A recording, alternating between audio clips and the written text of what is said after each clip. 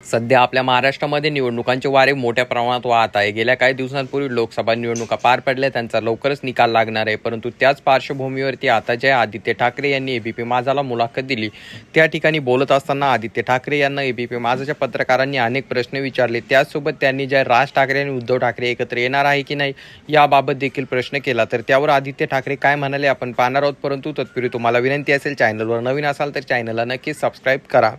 गेल्या काही दिवसापासून आपल्या महाराष्ट्रामध्ये निवडणुकांचे वारे मोठ्या प्रमाणात वाहत आहे। येत्या काही दिवसांमध्ये आता विधानसभाच्या निवडणुका देखील लागणार आहे। त्याच पार्श्वभूमीवरती एबीपी माझा या ठिकाणी जे आदित्य ठाकरे महाराष्ट्र व्हिजन या कार्यक्रमामध्ये मुलाखत देण्यासाठी गेले होते, तर त्या ठिकाणी बोलत असताना एबीपी माझ्या पत्रकारांनी त्यांना प्रश्न विचारला की तुम्ही सर्वांसोबतच युती केली, तुम्ही कधीच पाहत नाही कोण लहान कोण मोठा, तुम्ही सर्वच पक्षांसोबत युती करता, परंतु मग तुम्हाला राज ठाकरे यांच्यासोबत युती करायला काय अडचण आहे की तुमचं नातं त्यामध्ये येते, अशा प्रकारचा प्रश्न केला। त्यासोबत ते म्हणाले की तुम्ही जे आहे वंचित बहुजन आघाडी सोबत देखील युती केली, तर अनेक पक्षांसोबत काँग्रेस सोबत देखील गेले, राष्ट्रवादी सोबत देखील गेले, मग तुम्ही राज ठाकरे यांच्यासोबत का जात नाही।